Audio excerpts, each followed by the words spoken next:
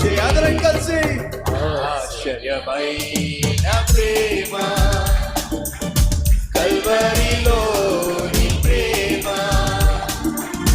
మరణము కంటే బలమైన ప్రేమ నన్ను జయించే నీ ప్రేమ మరణము కంటే బలమైన ప్రేమ నన్ను జయించే నీ ప్రేమ శ్రమలు సహించిన ప్రేమ నాకై శాపమునోచిన ప్రేమ శ్రమలు సహించిన ప్రేమ నాకై శాపమునోచిన ప్రేమ విడనాడని ప్రేమని ఎన్నడూ ఎడబాయదు విడనాడని ప్రేమది ఎన్నడూ మరోసారి విడనాడని ప్రేమది విడనాడని ప్రేమది ఎన్నడూ ఎడబాయదు విడనాడని ప్రేమది ఎన్నడూ ఎడబాయదు ఆశ్చర్యమైన ప్రేమ కల్వరిలోని ప్రేమ మరణము కంటే బలమైన ప్రేమ నన్ను జయించే నీ ప్రేమ మరణము కంటే బలమైన ప్రేమ నన్ను జయించే నీ ప్రేమ ఆశ్చర్యమైన ప్రేమ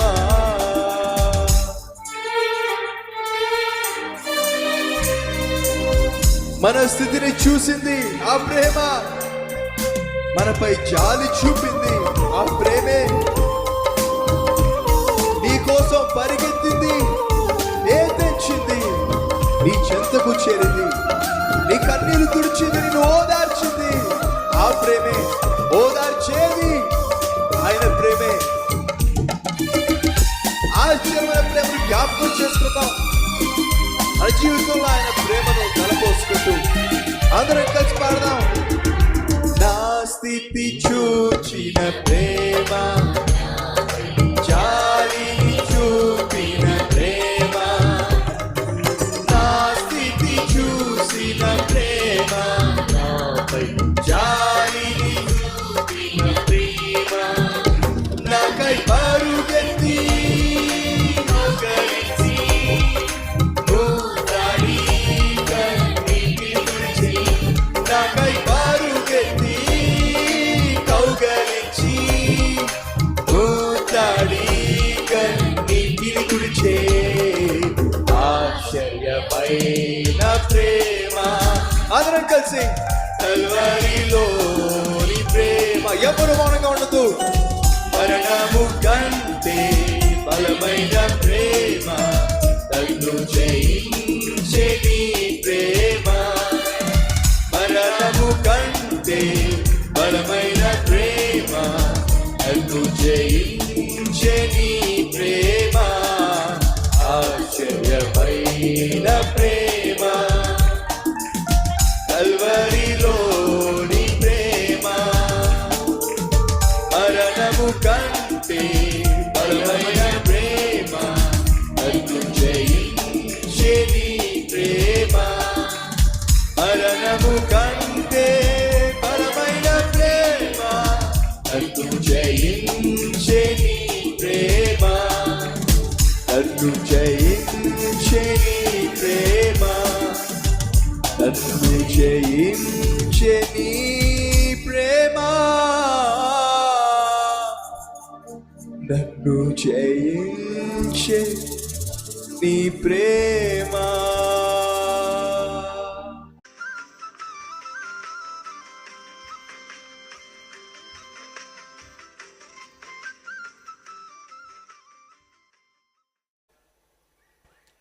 గాడిదలను మేపుకుంటున్నటువంటి సౌలును దేవుడు కనికరించి ఇశ్రాయేలు దేశానికి మొట్టమొదటి రాజుగా ఏర్పరచుకున్నాడు. అద్భుతం. ఎన్నిక లేని వారిని ఎన్నుకునే దేవుడు, అర్హత లేని వారిని కూడా ఆశీర్వదించే దేవుడు. ఈరోజు మనం ఏమై ఉన్నామో అది మన యోగ్యతను బట్టి కానీ అర్హతను బట్టి కానీ అస్సలు కానే కాదు. మన మధ్య ఎవరైనా ఉన్నారా? ఈరోజు నేనేమై ఉన్నానో అది నా కష్టం వల్ల, అది నా ప్రయాస వల్ల, అది నా తెలివితేటల వల్ల, అది నా జ్ఞానం వల్ల, టాలెంట్ వల్ల అన్నవాళ్ళు మన మధ్య ఎవరైనా ఉన్నారా? ఉంటే ఒకసారి మీ చేయి చూపిస్తారా? మిమ్మల్ని ఒకసారి మనసారా చూస్తాం. ఉంటే చేయి చూపించండి. నా జ్ఞానం వల్ల, నా తెలివితేటల వల్ల నేను ఈరోజు ఈ స్థాయికి వచ్చాను అన్నవాళ్ళు. ఈరోజు మనం ఏమై ఉన్నామో అది కేవలం దేవుడు తన మహాకృప చేత మనకు అనుగ్రహించిన ఆశీర్వాదం. ఏ యోగ్యత లేనటువంటి సౌలును దేవుడు రాజుగా ఎన్నుకున్నాడు, రాజుగా ఏర్పరచుకున్నాడు.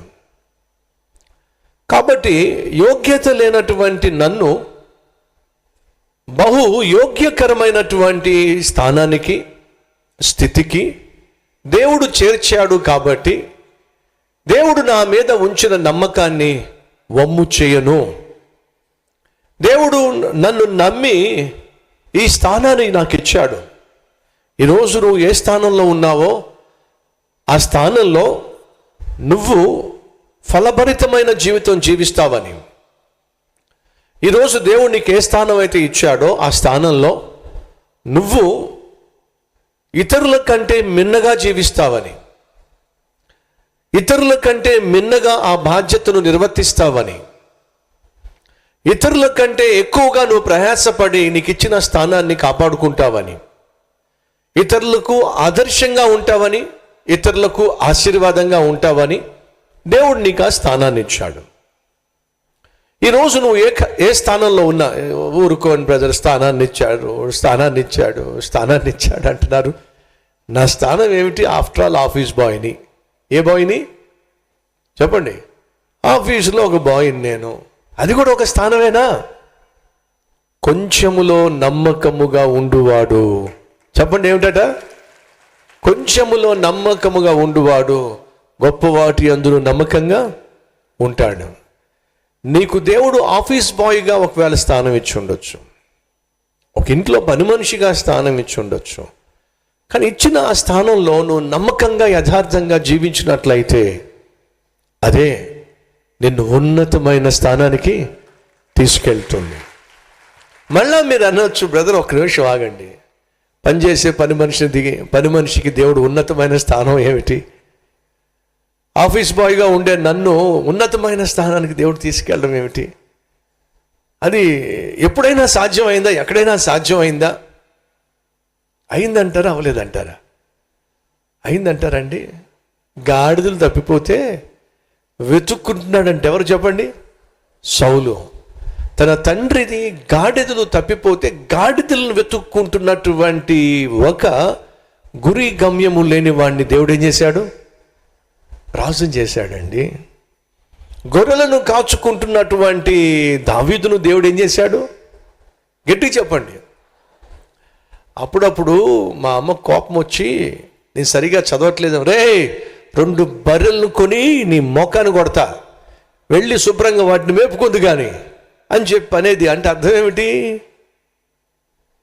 చెప్పండి? అంటే అర్థం ఏమిటి చెప్పండి? చదువు సంధ్యలు లేకపోతే ఇక నువ్వు వెళ్ళి ఆ బర్రెలు కాచుకో అని చెప్పి అనేది. అంటే అర్థం ఏమిటంటే బర్రెలు కాచుకోవడం, పశువులను కాచుకోవడం అంటే అది సాధారణంగా వారిని నేను తక్కువ చేయట్లేదు, చిన్న చూపు చూడట్లేదు, కానీ పశువులను కాచుకోవడం అనేది సాధారణంగా ఎంతో కొంత దాన్ని ఏమందాం, చేసే పనులలో ఎంతో కొంత లీస్ట్ పనిగా భావించేవాడు. మరి దావీదు చెప్పండి ఏం చేసేవాడు? పశువులే కాచుకునేవాడు. తన జీవితంలో లేదా తను ఉన్న ప్రాంతంలో అంతకంటే తక్కువ పని ఇంక లేదు. పశువులను కాచుకోవడమే తక్కువ పని. ఈరోజు నువ్వు చేస్తున్న పని నీకు తక్కువగా కనిపిస్తుందేమో. నీ చుట్టూ ఉన్న వాళ్ళను నువ్వు చూసుకుంటూ వాళ్ళతో పోల్చుకుంటూ, ఏమిటి నా పని, ఇదేనా నా పని, ఇదేనా నా ఉద్యోగం, ఇదేనా నా స్థితి, ఇంతేనా నా బ్రతుకు అని నువ్వు అనుకుంటున్నావు. కానీ హెచ్చించువాడును గద్దెనెక్కించువాడును నా ప్రభు అయిన యేసు. హెచ్చించేవాడు, ఘనపరిచేవాడు, దీవించేవాడు ఎవరో చెప్పండి? మనం సేవిస్తున్న దేవుడు అనే వాస్తవాన్ని మర్చిపోకండి. ఈరోజు నీ స్థితి ఏమైనా కావచ్చు, ఆ స్థితిలో నమ్మకంగా ఉండు, ఆ స్థితిలో యథార్థంగా ఉండు, ఆ స్థితిలో శక్తివంచన లేకుండా నీ పని నువ్వు చేయి. ఎవరికి తెలుసు దేవుడు నిన్ను ఏ రీతిగా దీవిస్తాడో. అలా దీవించటానికి ఏమాత్రము